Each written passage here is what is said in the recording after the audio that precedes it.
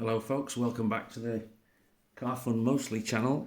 Here we are with a long overdue post-race look at the Aston Martin Lola that we raced in the recent 6-hour endurance race at Rockingham called the Digipalooza. We'll take a look around the car and see what it tells us. The race went relatively well for us. My teammate went home on a Saturday night, determined to try and do better when he came back the next day, and I can say that he definitely did. We were very, very competitive right from the outset during the qualifying session.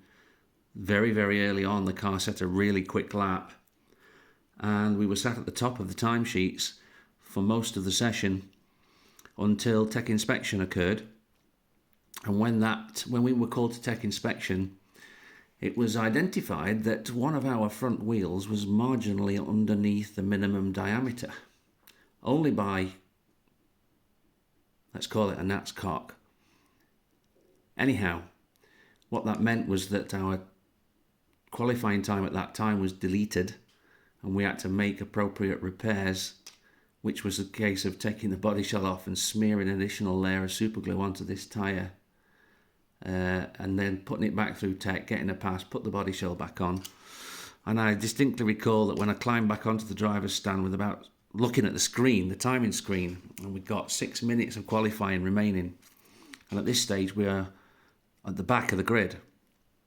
So I went out with a very, very careful couple of laps and slowly built the pace up. And I ran the car for the final 5.5-6 minutes until the flag dropped on qualifying. And as I was walking off the rostrum, I was very pleased to see that we'd actually qualified on pole position with an even faster lap than we'd done earlier in the session. So we gridded up on the front of the grid, and at least at this point I knew I was likely to lead a race for the first time. At the end of the first lap, it was my expectation to have ticked that box. But unfortunately, the first 2 laps didn't go very well for me, and I didn't actually lead a lap. So I settled down into a driving stint of, at this time, an undetermined duration. And when my teammate arrived on my shoulder after the end of the first hour, expecting to be in a position to take over the driving, I made a very quick decision to extend the driving stints from 1 hour to 90 minutes because I thought I was in a good rhythm at the time. And I was very pleased to discover when I came off the rostrum after 90 minutes that myself and the car had regained the lead and extended a lead of about 23-24 laps. So we'll begin with the braids. I think these have done 6 to 7 hours. And they're all still there. There's quite a bit of blackening towards the tail of the braid. I'm not sure whether that's sparking or dirt that's been picked up from the event, but they're not twisted. They're both just slightly springy, a little bit less flat than I normally like to keep them, but that just seems to happen to the braids during the event. My chassis Tipex marks here and here. I've got the tiniest amount of dirt. Can't see them, can you? They've got the tiniest amount of dirt on them, and there's nearly nothing to speak of on these ones at the back. There are little bits of Tipex here and here too, and again I think I can see a little bit of dirt on that one. Again, this is a chassis where we ended up putting tape between the chassis and the motor pod, just flimsy electrical tape. Again, it was put there to kind of control and limit the amount of motion that we were getting from the motor pod. It was an experiment. It had happened on the GT3 car we raced the day before, and we'd liked it, so we thought, why not try it during qualifying? Obviously, that cost us a little bit of ground clearance here, but I'm pleased to say that there's no damage whatsoever on that tape. So they've clearly not really been touching the track that much. There is the slightest evidence of some contact marks just here towards the front edge of the motor, but that's all. So yeah, ground clearance, worked to treat. What you might have noticed around here on the front of the body shell is that the front splitter and front grille, which was all 3D printed as one part, is essentially gone. At the end of the event, the grille was still attached to this piece of 3DP, but yeah, we need to do something to improve matters at the front of the body shell. Likewise, the back of the body shell has had quite a hard time. This little section down here has gone missing from this side. Quite a significant loss. It may mean the end for the body shell. May mean it's time to start and build another one. There's a piece of material here that's also only attached at this side. In addition to that, of the 4 places where the wing mounts on the body shell, only one of them has survived. This one's come off. This one's come off. This one's come off. But we never had to repair the wing.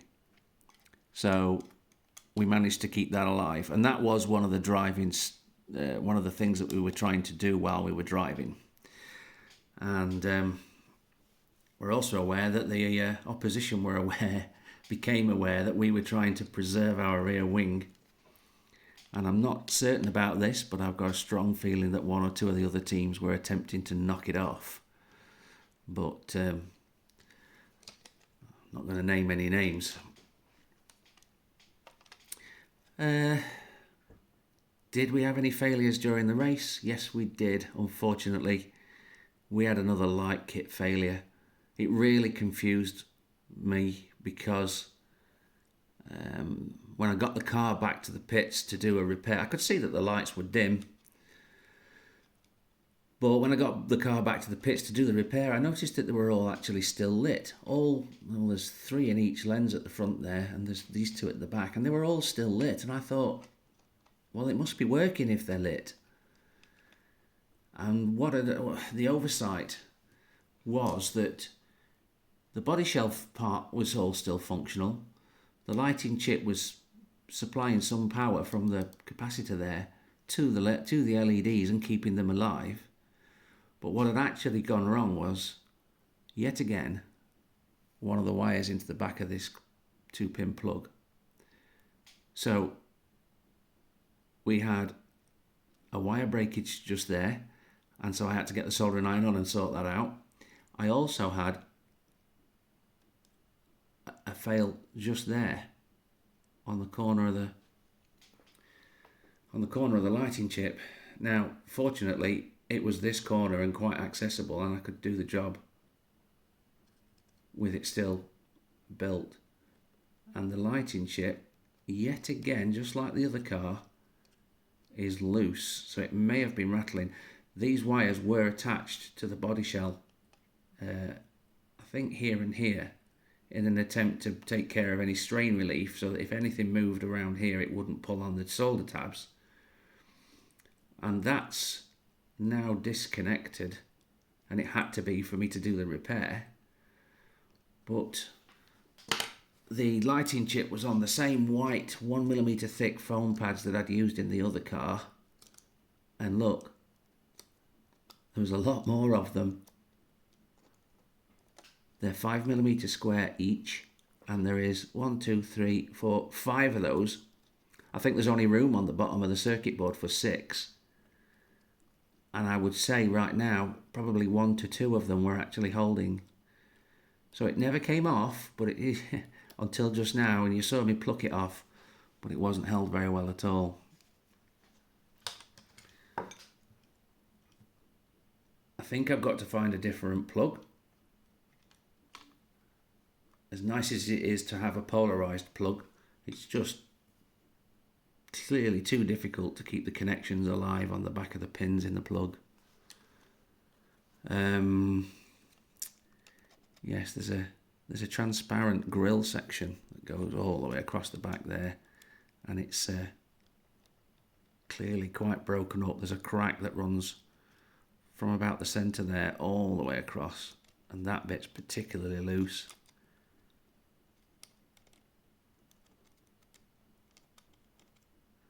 This piece is only attached at this side, and this piece is gone, and it's cracked across the centre there too. It's in pretty poor shape at the moment. One thing we discovered whilst we were doing qualifying was that the car had got a peculiar sound of like it was touching the track. It was just here and there we could hear it go,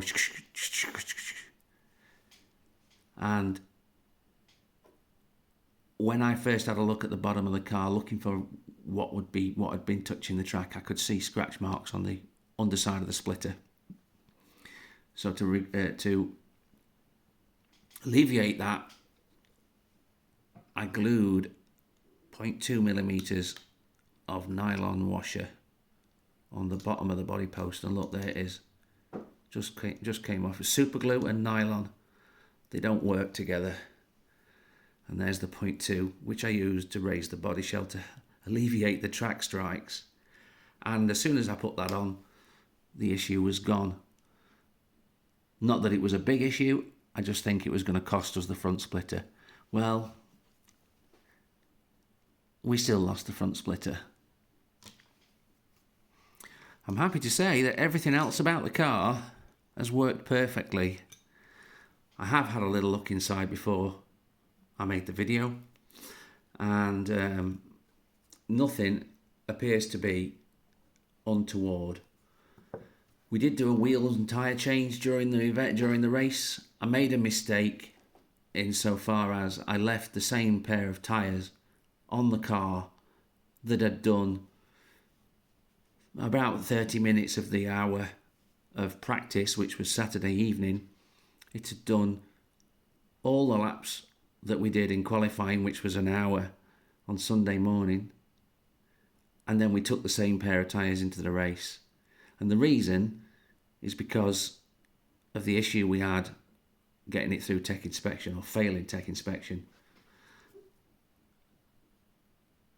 Yeah, some of the glue's coming off that tyre again, right on the outside edge, probably a millimetre and a half of the outside. And it's the same over there. But because the car was on the track at the end of qualifying and went straight to Parc Fermé, I couldn't change the rear tyres. And so we went into the race on what were essentially an hour and a half, maybe 2 hours old. And I expected them to expire at some point, but I didn't know when. Now, as the car gets lower, as the tyres wear, then the magnetic attraction between the motor and the rails increases. And it increases in an imperceptible amount. But what it does do is it keeps the performance of the car level whilst you're going through the stints, until you get to a point where at some time the car's too low and it's striking the track too much, and the handling goes away, and you start to have slides in corners at speeds that you used to be able to do, but now you can't. Otherwise, the car's all over the place. And when that gets to a point where the driver's starting to struggle, it's time to change tyres and gain a little more ground clearance again. Now, that didn't happen until after my second stint. Now, I ran the first 90 minutes and then I took the track again at 3 hours and ran it to 4.5. And quite honestly, the car felt better in that second stint to me than it had in the first 90 minutes. But my teammate took it over for the last 90 minutes, and about a third of the way into that, he was struggling with the car. So I was forced to do a wheel and tyre change, which was something else that I fluffed. The wheels that are on here now are not the same as the ones that we started the race. They're not the same wheel. They've got a different configuration underneath the rubber, shall we say. And what that meant was that when I went and fetched the hex wrench to remove the wheels that were on the car, I pulled the car into the pits and it turned out I'd got the wrong hex wrench because it didn't fit, it was too big. So I had to send the car back out again, go back to my paddock space, get the correct wrenches and do the tyre stop again. So that cost us some time. The issue we had with the lights was also two stops. One where I'd got the body shell off and thought, this is working. I put it back on and sent it. And then it was like, no, it's not working. They're just getting dimmer and dimmer. And then I fixed it. So there was effectively 4 stops during the race. And unfortunately for us, we managed to grasp defeat from the jaws of victory, really. We ended the race in second position. At one point, we think we had a lead that might have been as big as 40 laps, which is not huge, but it's comfortable. And at the end of the race, we lost the race by 7 laps. Now, once the car was fixed for the final time and running again, I looked up at the clock and I could see 52 minutes remaining on the clock and we were 10 laps behind. And I thought to myself, we're not going to make that back. But it doesn't matter. Very happy with second. I would have been happier with first, but very happy with second. So long as we carry on as we are, we'll get a result that we're happy with. And then with about 20 minutes remaining, the gap was coming down. It was around about 6 or 7 laps. And my rookie teammate driver had got family in the room. And they said to me, go on, take the car over, see if you can make the difference. We're not convinced that we've got the quickest driver in the team on the car at the moment. And then the opposition team were doing the same thing. They were switching out their drivers to their strongest driver to defend that lead from us. And so our hand was forced. And I went back on. And I couldn't make the difference. I hadn't driven the car on these wheels and tyres, and I did want to do that. So that was the other motivation to take over at the end. That and to try and make the attack on the lead, which I knew I wasn't good. I know how good the other drivers in the field are and how good their cars are. And on the day, this made us look like the best one in the room. But the opposition team we were up against are very, very good.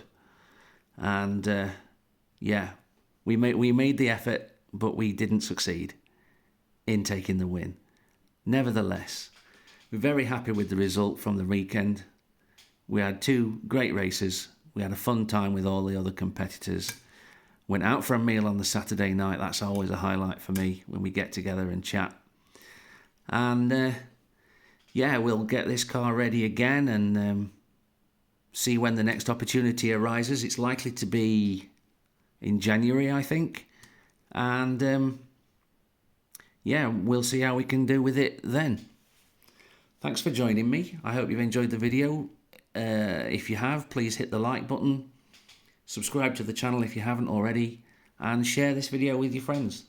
Thank you very much. Bye-bye.